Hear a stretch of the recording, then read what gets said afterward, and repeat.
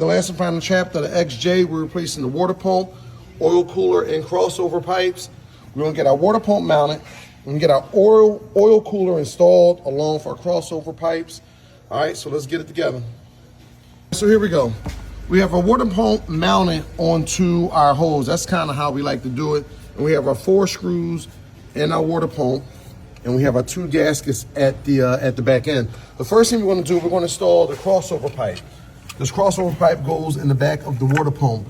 Put that in first, and just kind of sit it in position at this point. Now, the next thing we're going to do, we're going to pick up our oil cooler, and we're going to mount our oil cooler. We always just kind of get some adhesive so our gasket don't move, and we're going to drop our oil cooler down into place. This the procedure. This is how you have to do it. If not, you're never going to get this thing to line up. Then what you do, you kind of adjust your water pump and your oil cooler into place, and everything will line up. Here we go. We got the one belt on, the main serpentine belt on the vehicle already. Got the tensioner reinstalled.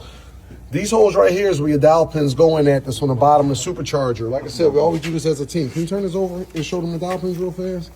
I'm gonna come around here. I mean, the guide pins, dowel pins. One right here and one right here. That's where they go at on top of the cylinder head. So we're just gonna lay this down.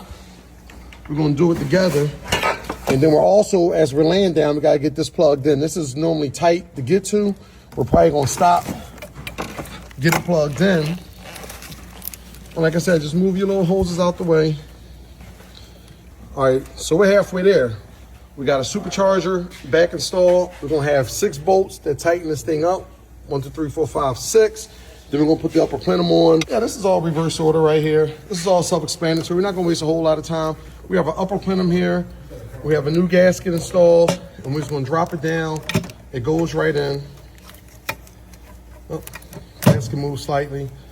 We got a gasket line up, which is kind of easy to do.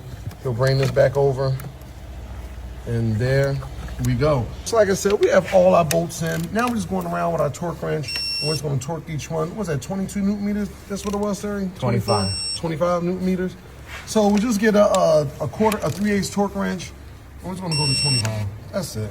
All right, so there we have it. We have the vehicle back together. Belts and everything is on. All right. Any of your Jaguar needs, please feel free to come see us.